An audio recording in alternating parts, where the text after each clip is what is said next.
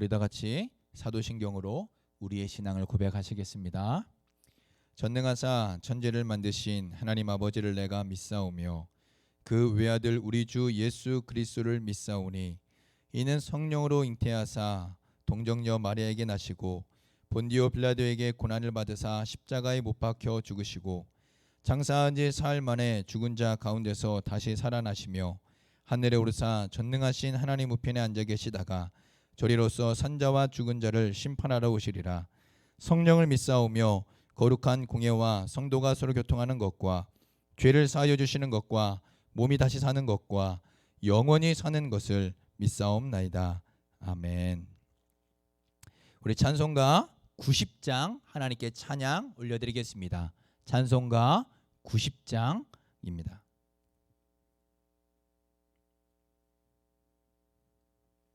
우리 다 같이 찬송가 90장 우리 한 목소리로 함께 하나님께 찬양 올려드리겠습니다. 주 예수 내가 알기 전 날 먼저 사랑했네. 그 크신 사랑 나타나 내 영혼 거듭났네. 주 내 맘에 늘 계시고 나 주의 안에 있어 저 포도비유 같으니 참 좋은 나의 친구. 내 친구 되신 예수님 날 구원하시려고 그 귀한 몸을 버리사 내 죄를 대속했네. 나 주님을 늘 믿으며 그 손을 의지하고 내 몸과 마음을 바쳐서 끝까지 충성하리. 내 진실하신 친구여 큰 은혜 내려주사 날 항상 보호하시고 내 방패 되옵소서. 그 풍성한 참 사랑을 네 능히 끊을 소냐. 날 구원하신 예수는 참 좋은 나의 친구. 아멘. 우리 다 같이 은혜 나누실 하나님의 말씀은 예배소서 3장 8절에서 우리 13절까지의 말씀을 우리 한 목소리로 함께 봉독하도록 하겠습니다. 신약성경 예배소서 3장 8절에서 13절까지 말씀입니다. 우리 다 같이 함께 봉독하도록 하겠습니다. 모든 성도 중에 지극히 작은 자보다 더 작은 나에게 이 은혜를 주신 것은 측량할 수 없는 그리스도의 풍성함을 이방인에게 전하게 하시고 영원부터 만물을 창조하신 하나님 속에 감추어졌던 비밀의 경륜이 어떠한 것을 드러내게 하려 하심이라. 이는 이제 교회로 말미암아 하늘에 있는 통치자들과 권세들에게 하나님의 각종 지혜를 알게 하려 하심이니 곧 영원부터 우리 주 그리스도 예수 안에서 예정하신 뜻대로 하신 것이라. 우리가 그 안에서 그를 믿음으로 말미암아 담대함과 확신을 가지고 하나님께 나아감을 얻느니라. 그러므로 너희에게 구하노니 너희를 위한 나의 여러 환난에 대하여 낙심하지 말라. 이는 너희의 영광이니라. 아멘. 어제 우리는 바로 이방인 성도가 예수 그리스도의 십자가 복음을 받은 자요 간직한 자며 그 복음의 비밀을 아는 자임을 살펴보았습니다. 사도 바울은 자신을 그리스도의 죄수라고 말하고 또한 그 자신이 예수 그리스도의 죄수가 된 이유는 바로 자신에게 주신 은혜의 경륜, 직무와 사명 때문이라고 그렇게 말씀했습니다. 그러나 1절부터 7절까지는 이 사명에 대해서 초점이 맞춰져 있는 것이 아니라 바로 비밀, 이 비밀이 무엇이냐, 거기에 초점이 맞춰져 있었습니다. 그래서 예수 그리스도 안에서 이 비밀은 예수 그리스도 안에서 함께 상속자가 되고 함께 지체가 되고 함께 약속에 참여하는 자가 되는 것임을 사도 바울은 구체적으로 말씀을 통해 말씀하여 주었습니다. 이제 오늘 우리가 읽은 8절부터 13절 말씀은 이 복음의 비밀, 이 비밀을 맡은 우리의 사명이 무엇이고 직무가 무엇인지를 말씀하고 있습니다. 먼저 이 복음의 비밀을 좀 더 살펴보면 우리가 지난 시간 살펴본 것처럼 첫 번째는 복음으로 말미암아 그리스도 안에서 함께 상속자가 되고, 두 번째는 함께 지체가 되고, 세 번째는 함께 약속에 참여하는 자가 되는 것이 바로 복음의 비밀이라고 살펴보았습니다. 그러나 좀 더 에베소서 전체를 가지고 1장부터 3장까지 전체를 가지고 바로 이 비밀이 무엇이냐라고 봤을 때 더 넓은 의미에서의 비밀은 바로 예수 그리스도를 통해서 이루시는 하나님의 나라와 통치라는 사실을 깨닫게 됩니다. 이것을 이제 사도 바울은 에베소서 1장 10절에서 말씀합니다. 하늘에 있는 것이나 땅에 있는 것이 다 그리스도 안에서 통일되게 하려 하심이라 라고 말합니다. 이것이 바로 복음의 비밀의 더 넓은 의미입니다. 좁게는 바로 복음에 함께 상속자가 되고 지체가 되고 약속에 참여하는 자가 되는 것이지만, 더 넓은 의미에서의 비밀은 바로 온 만물이, 우주 만물이 그리스도의 주권 아래, 통치 아래 놓이게 되는 것입니다. 이것이 바로 복음의 비밀입니다. 예수 그리스도의 십자가 복음을 통해 유대인 성도와 이방인 성도를 한 몸 공동체가 되는 새 인류, 곧 교회를 창조하신 것뿐만 아니라 더 나아가 온 우주가 바로 그리스도 안에 통일되게 하는 것, 그리스도의 주권과 통치 아래 두는 것, 이것이 바로 복음의 비밀입니다. 따라서 복음이란 단지 개인이 그리스도를 믿고 새 사람이 되는 것만을 의미하지 않습니다. 오히려 더 나아가 그리스도를 믿는 사람들이 함께 하나님의 새 인류, 곧 교회를 이루는 것을 포함하고 있습니다. 우리는 여기서 매우 중요한 한 가지 사실을 깨닫게 됩니다. 복음은 단지 개인의 새로운 삶에 관한 것으로만 이해해서는 안 된다는 것입니다. 예수 그리스도의 십자가와 부활은 개인의 구원을 위한 사건으로 이해하는 것에서 머물러 있으면 안 된다는 것입니다. 예수 그리스도의 죽으심은 바로 나를 구원하시기 위해서 십자가에서 죽으신 것이지만, 더 나아가 우리를 화목하게 하며 하나님의 새 인류를 창조하시려고 십자가에서 죽으신 사건이라는 사실을 깨달아야 합니다. 우리는 개인주의가 팽배한 사회 속에서 살다 보니 복음도 지나치게 개인주의에 빠져서 교회의 중요성을 쉽게 간과합니다. 그러다 보니 한국 교회 안에는 예수를 믿고 구원받은 것만 중요하게 생각하고, 구원받은 사람들이 함께 모인 교회의 중요성을 무시하는 성도들이 의외로 많습니다. 교회는 단지 예배를 드리고 설교를 듣는 모임에 지나지 않는 것이죠. 교회 공동체의 한 부분이 되기보다는 일정한 거리를 두고 지내는 것을 보게 됩니다. 또한 교회를 통해 영적인 유익을 얻을 수 있다면 교회 안에 무슨 일이 일어나든지 또 교회가 어떠한 방향으로 나아가든지 크게 개의치 않습니다. 교회의 중요성을 모르다 보니 교회에 대한 사랑도 없고 헌신도 없는 것입니다. 그러나 복음은 단순히 나 한 사람의 개인적인 구원에 머무르지 않습니다. 이 복음의 비밀은 유대인 성도와 이방인 성도를 하나 되게 하여 한 몸 공동체를 이루는 새 인류의 창조입니다.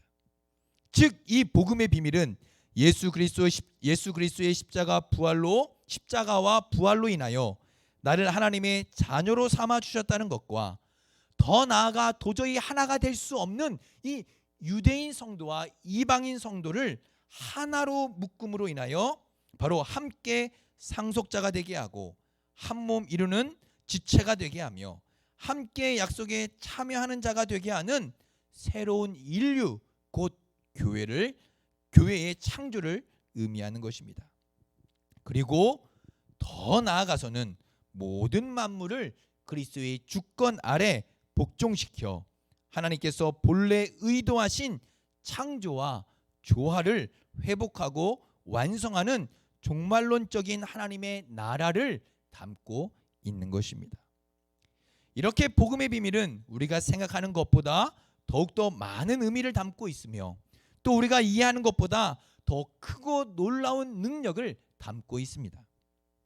이렇게 우리의 생각보다 크고 우리의 이해보다 넓은 복음의 비밀이 우리에게 주어졌다는 것은 실로 엄청난 일이며 크고 놀라운 은혜입니다.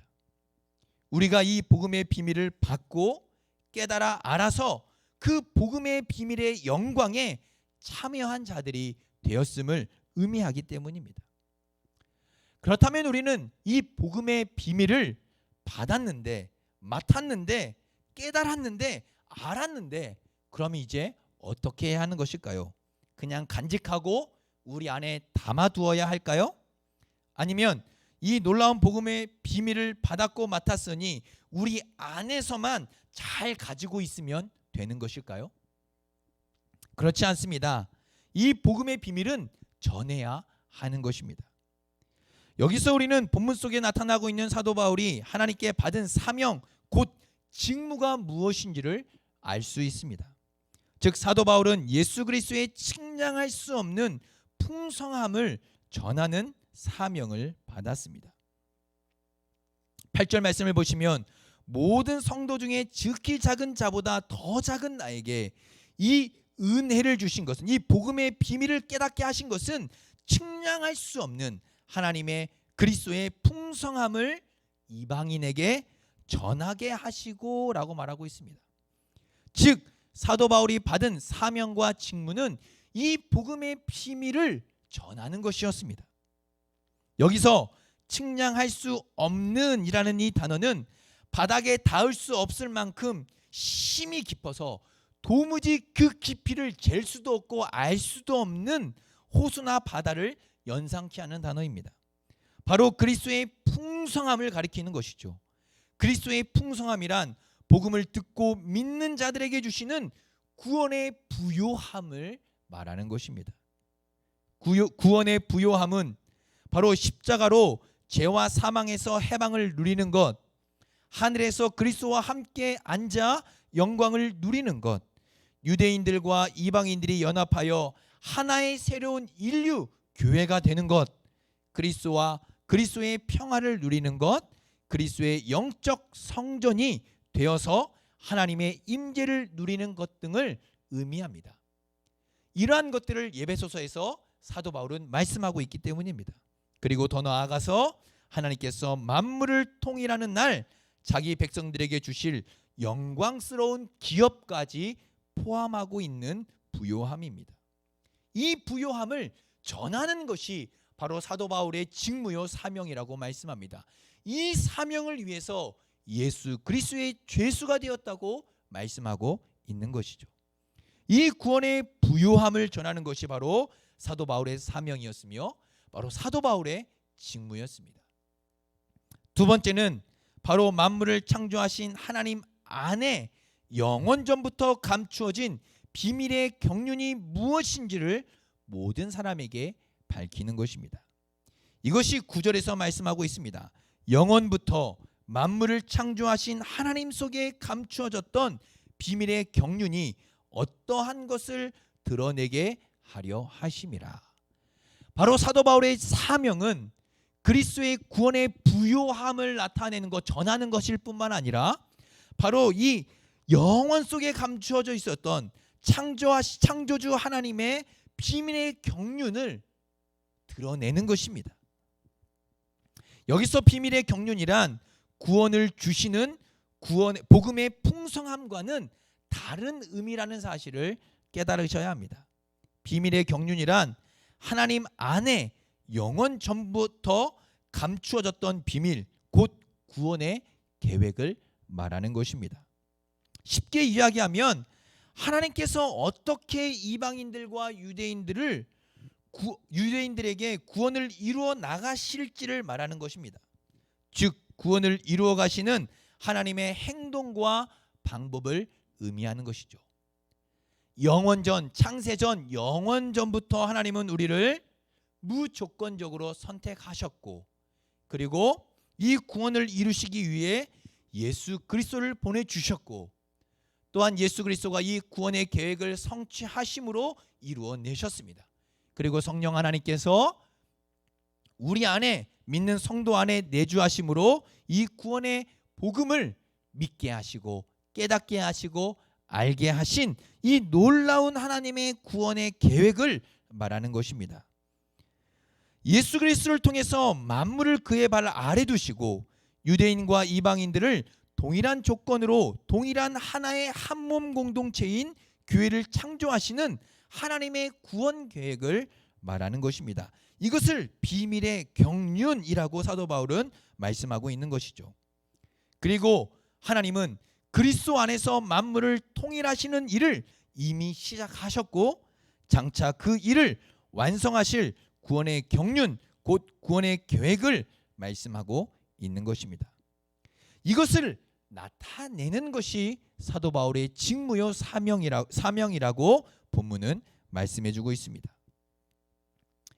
사도 바울은 이 사실을 너무나 잘 알고 있었기에 복음을 전하다가 당하는 모든 고난까지도 감사하며 받아들일 수 있었던 것입니다. 또한 오히려 자신이 이 복음의 비밀을 나타내고 드러내다가 당하는 고난은 모든 성도들에게 영광이 된다고 말하고 있는 것입니다. 이렇게 오늘 본문 말씀 속에서 사도 바울은 자신의 직무 그리고 자신의 사명이 무엇인지를 말씀해주고 있습니다. 사도 바울의 직무와 사명은 복음을 전하는 것이었으며 그 비밀의 경륜, 구원의 계획을 나타내는 것입니다. 구원의 부요함을 나타내고 또 하나님께서 영원전에 감추어뒀던 비밀의 경륜, 구원의 계획, 구원의 방법을 드러내는 것이 사도 바울의 사명이었다고 말씀하고 있습니다.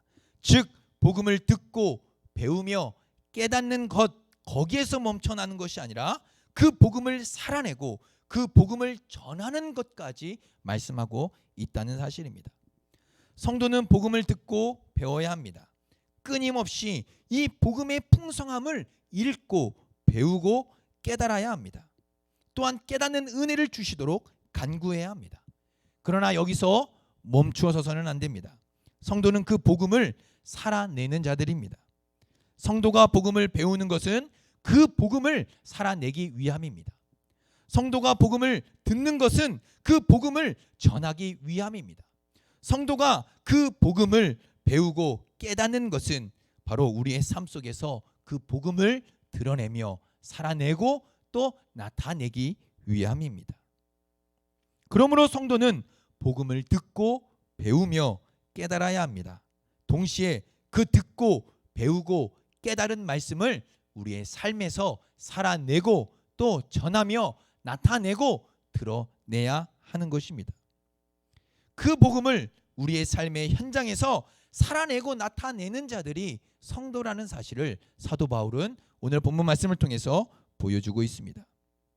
사도 바울에게 이러한 복음의 사명과 직무가 주어졌다면 오늘을 살아가는 우리에게도 동일한 사명이요 직무라는 사실을 잊지 말아야 합니다.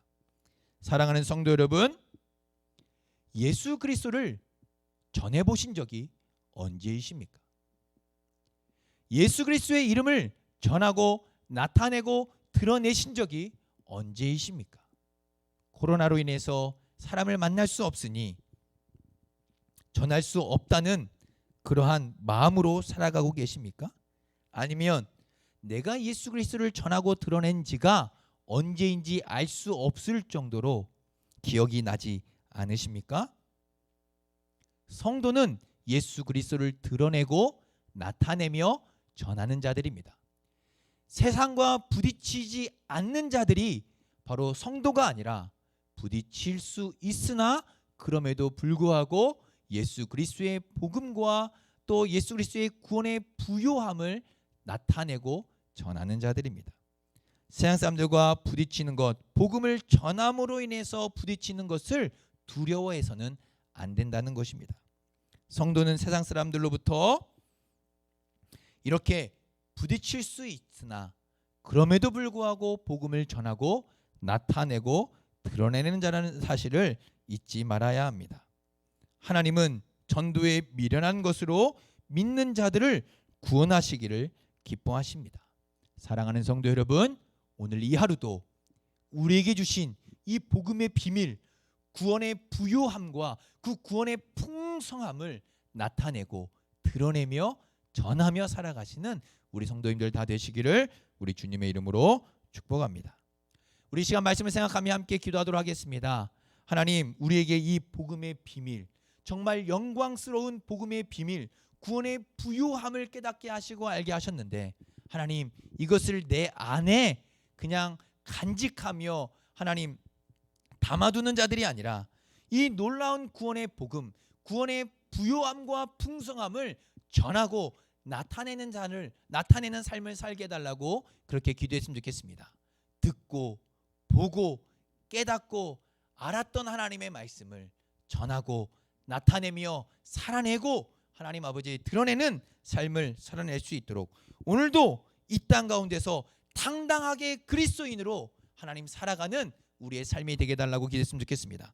또한 교회를 위해서 기도해 주시고 또 양육학교와 또 문고리 신방을 위해서 기도해 주시고 우리 교회가 또 이 복음을 전하는 데 있어서 주저하지 않고 머뭇하지 않는 우리 교회가 되게 해달라고 기도했으면 좋겠습니다. 마지막으로 우리 담임 목사님을 위해서 성령과 능력으로 충만하게 채워달라고 우리 것을 위해서 함께 다 같이 기도하도록 하겠습니다.